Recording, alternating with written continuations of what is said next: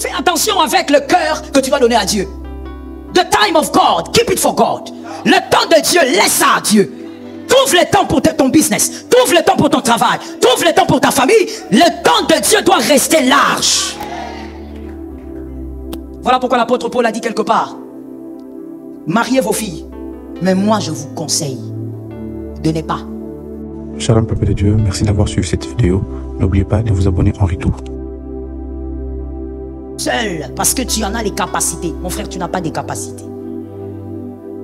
Il va détacher ton cœur de sorte à ce que tes regards soient d'abord sur lui, d'abord Jésus.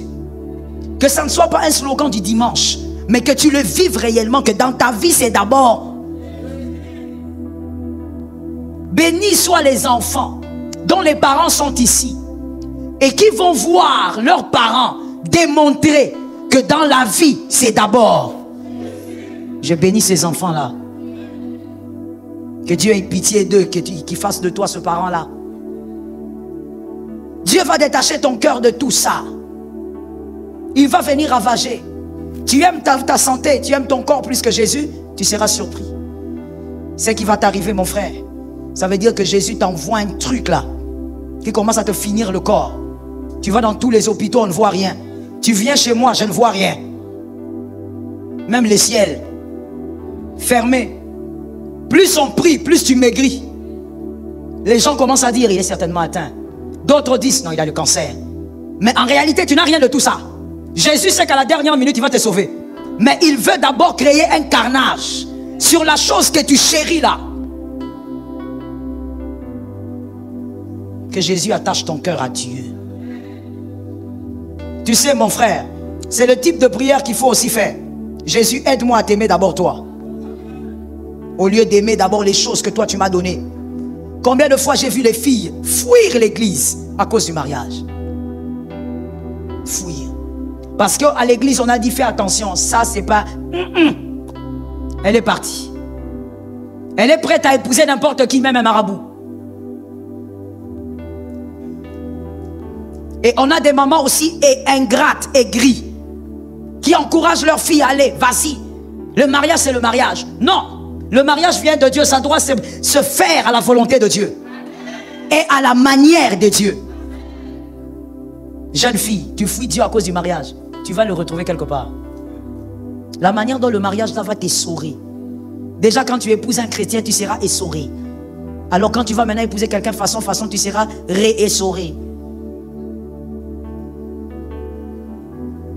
Tu vas sentir le feu de l'enfer avant même de commencer.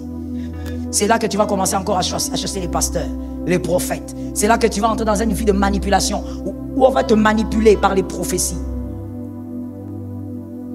Comment peux-tu fuir Dieu? À cause d'un mariage. Et on est tellement ingrat envers Dieu qui a donné qu'on commence maintenant à trouver même des raisons. De toutes les manières, Dieu est partout. De toutes les manières, Dieu est partout. Mais écoutez, je veux vous choquer en vous disant ceci. Je ne sais pas pourquoi des fois, avant de parler en tant qu'enfant de Dieu, on ne réfléchit pas. Réfléchissons un peu. Dieu est partout, mais pourquoi tu n'as pas trouvé Dieu partout?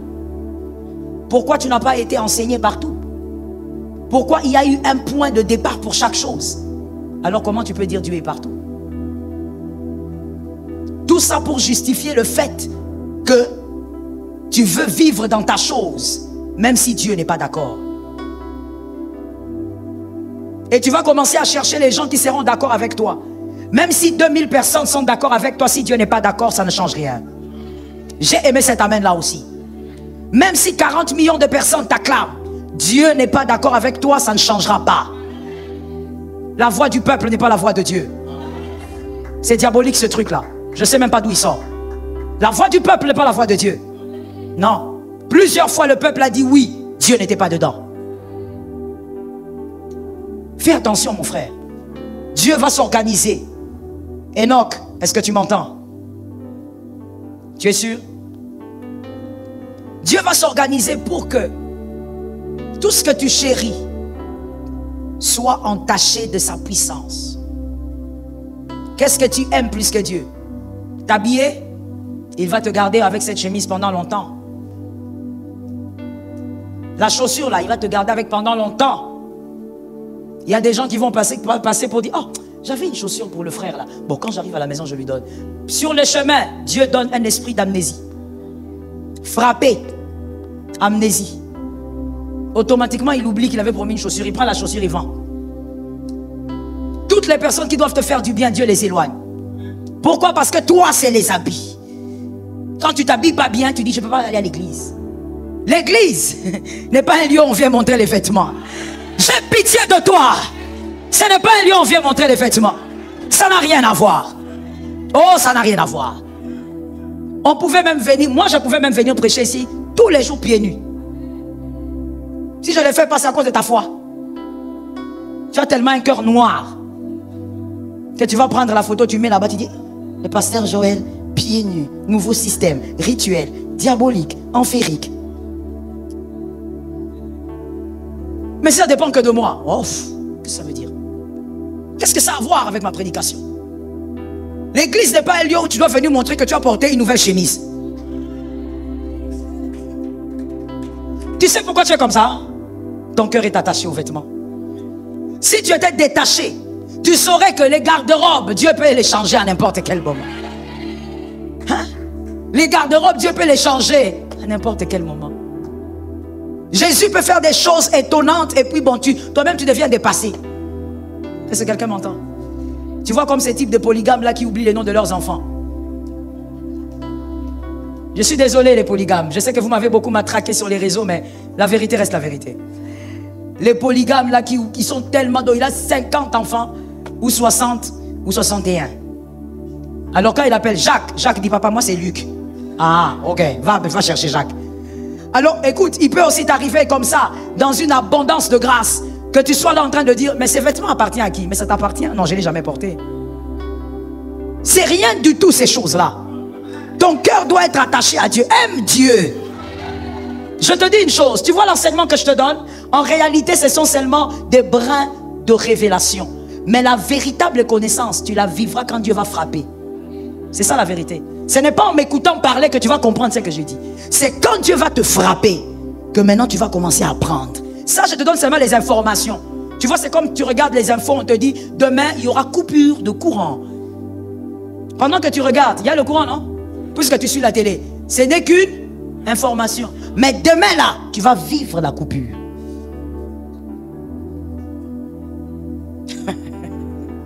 Ce que je te donne, ce sont des informations. Mais quand Dieu va envoyer l'armée, quand Dieu va commencer à te sécher, tu regardes, tu dis, ça c'est les déserts. Ce n'est pas les déserts. L'armée, c'est pour t'arracher ce que tu aimes plus que Dieu. Pour t'apprendre qu'il faut rentrer vers Dieu. Celui qui a donné doit être honoré plus que le don. Je dis amen aussi. Celui qui a fait du bien doit être honoré plus que le don. Voilà pourquoi vous verrez qu'à l'assemblée de ma campagne, nous ne blaguons pas avec les actions de grâce. Nous les donnons avant les offrandes. Il ne faut pas croire que c'est une liturgie seulement organisée, humaine. Non. Chaque chose a son pesant d'or dans l'église. On commence avec même avant les dîmes. Parce que dire merci à Jésus, c'est plus que lui donner la part qui lui revient. Savoir dire que Jésus, merci. Tout a commencé avec toi. Mon frère, mon fils Léonel, moi je ne peux pas laisser l'œuvre de Dieu ou même une ordre divine pour m'occuper de mes enfants. Pourquoi? Parce que je sais d'où ils viennent. Plusieurs fois, moi, j'ai failli sortir de la maternité sans enfant. Les nouvelles sont venues de partout, comme on dit. Les téléphones ont sonné de partout. Que tu sors, l'enfant ne sort pas. Mais Dieu est entré dans la chambre. Toi, tu ne peux pas me dire, voilà, je n'ai pas le temps, je vais me... Ça, c'est toi, chacun a son histoire. Moi, je ne peux pas. Je sais combien ces enfants sont wanted dans le monde des ténèbres. Je ne peux pas. Une seconde seulement. Peut-être qu'on va faire quelque chose là-bas. Je n'ai pas le temps de fermer un œil. Est-ce que quelqu'un m'entend? Je m'organise pour eux. Mais tout mon temps, c'est Jésus. Il est le donateur. Est-ce que quelqu'un m'entend bien? Oh non, maman, c'était l'heure de prière, mais j'ai massé un peu le mollet de mon mari. Masse. Masse encore. Ne viens pas dans mon bureau. Je te chasserai. Masse. L'heure de ta prière, hein? C'est ta prière individuelle. Tu as fait une alliance avec Jésus. Jésus t'a dit, toi, toute ta vie, à partir de 13h, retire-toi, prie. Toi, à 13h là, tu commences à m'assis. Oui, chérie, dis-moi que tu m'aimes. Dis-le, dis-le. Ce qui va t'arriver, ça veut dire toi-même, tu vas te poser la question. Je suis la première femme sur terre ou quoi? Les mêmes mollets que tu massais sont les mêmes mollets qui iront. On va masser et remasser. Fais attention avec le cœur que tu dois donner à Dieu. The time of God, keep it for God. Le temps de Dieu, laisse ça à Dieu.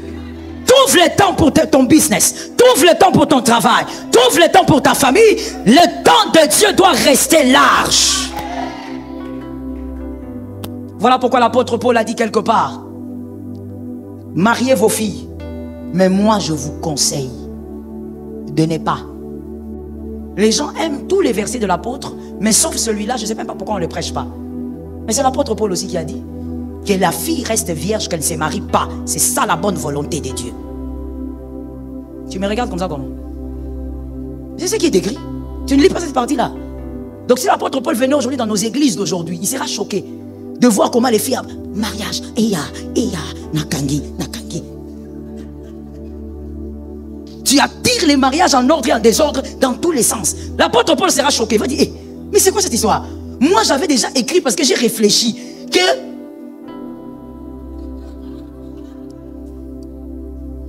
mais tu sais pourquoi l'apôtre Paul a dit ça? L'apôtre Paul était en train d'expliquer au fait d'une réflexion. Il était en train de dire, lorsqu'on est marié, c'est difficile de servir Jésus. Oui, il disait c'est difficile de servir Jésus parce qu'on a aussi d'autres engagements envers la famille, les maris et la femme. C'est comme ça qu'il disait non, il est mieux que la Vierge reste seule. Il est mieux de servir Dieu célibataire, de rester comme ça. Mais comme vous ne pouvez pas rester comme ça, au lieu de brûler en enfer, mariez-vous. Ma soeur, tu as voulu te marier. N'oublie pas celui qui t'a donné le mariage. Que ton cœur reste attaché à celui qui t'a donné.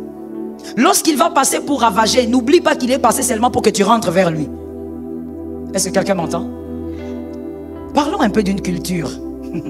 Peut-être que je vais chuter vers là. Notre belle culture africaine. Il y a des très belles choses dedans. Je crois que c'est un peu culturel, ce que je veux dire ici. Je ne sais pas pour toi, mais toi, quand ta maman essayait de t'appeler, parlons plus des mères. Quand ta maman essayait de t'appeler, que tu étais peut-être à distance, elle appelle, tu ne réponds pas. Comment elle réagissait? Ah, je vois les gens rire déjà. Hein? All right, ça c'est bien. Ça veut dire qu'on a grandi du même moule alors. Comment ta mère réagissait? Ça veut dire que moi, je ne sais pas pour ta maman, hein, mais la mienne, elle va localiser mon endroit. Un lieu bien localisable. Elle va prendre l'arme à destruction massive. L'arme qui ne vieillit pas. L'arme qui ne se fatigue pas. L'arme qui n'a pas besoin d'être rechargée.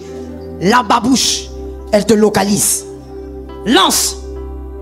J'ai l'habitude de faire rire mes enfants. J'ai dit, il n'y a pas eu de meilleur sniper que ma maman. Sniper de tous les siècles. Ça veut dire que même si tu es dans un angle courbé, elle ne te rate pas. Elle va prendre la babouche, ça va faire ça. Ça te localise.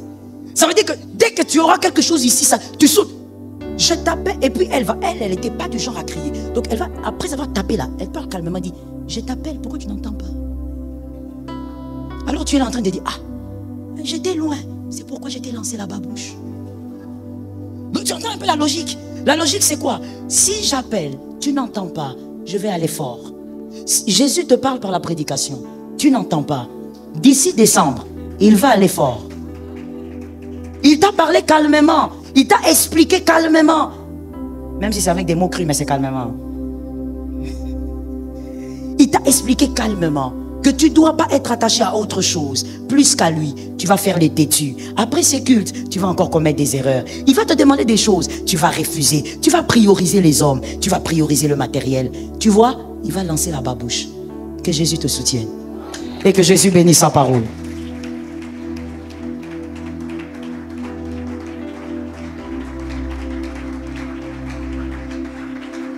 Shalom peuple de Dieu, merci d'avoir suivi cette vidéo. N'oubliez pas de vous abonner en retour.